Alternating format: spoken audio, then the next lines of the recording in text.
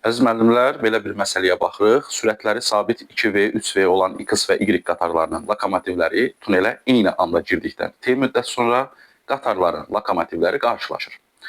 Bundan T müddət sonra isə qatarların arxa hissələri tunelin A çıxışında yan-yana gəlirlər. Buna əsasən qatarın uzunluqlarının nisbəti neçədir?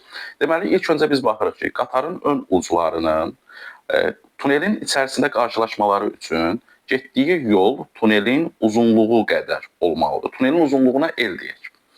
İndi bu qatarların ön uclarının qarşılaşması, yəni bunların ön uclarının getdiyi yol birlikdə L-dir və biz burada L-i tapmaq üçün nisbi sürəti tapmalıyıq. X-in sürəti 2V-dir, Y-in sürəti 3V-dir. Onda nisbi sürətimiz olur bizim 5V və keçən zaman müddətdə T-dir. Burada L yolunu tapdıq və L yolu elə qatarın uzunluğudur.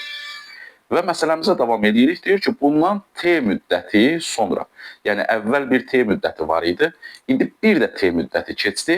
Deməli, müddət nə qədər oldu? 2T müddəti. Bundan sonra nə olur? Hər iki qatarın arxa hissələri tunelin A çıxışına gəlir.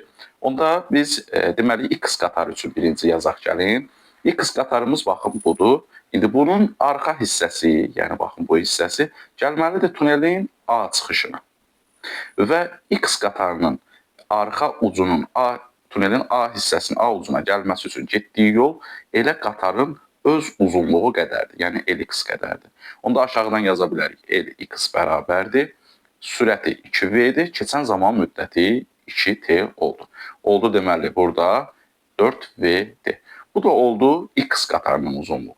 Daha sonra Y qatarı üçün Y qatarının öz uzunluğu Y qəbul eləyək və bunun arxa hissəsi, baxın buradır, və bu arxa hissəsi gəlməlidir yenə tunelin A çıxışına. Və bu zaman Y qatarının getdiyi yol nə qədər olar? Baxın buradan bura qədər olan məsafəni gedər.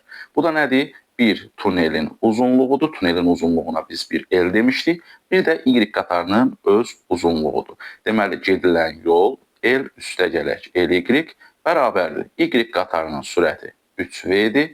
Keçən zaman müddəti 2T-dir. Oldu deməli 6VT. Buradan Y qatarının biz əvvəlcə uzunluğunu tapmışdıq. 5VT-dir. Gətirib buradan nəzərə alsaq, olacaq 5VT.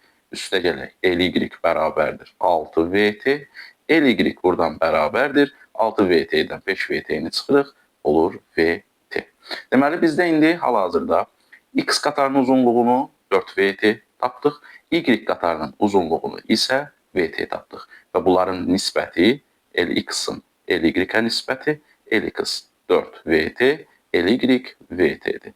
Onda deməli cavabımız olur B variantı 4.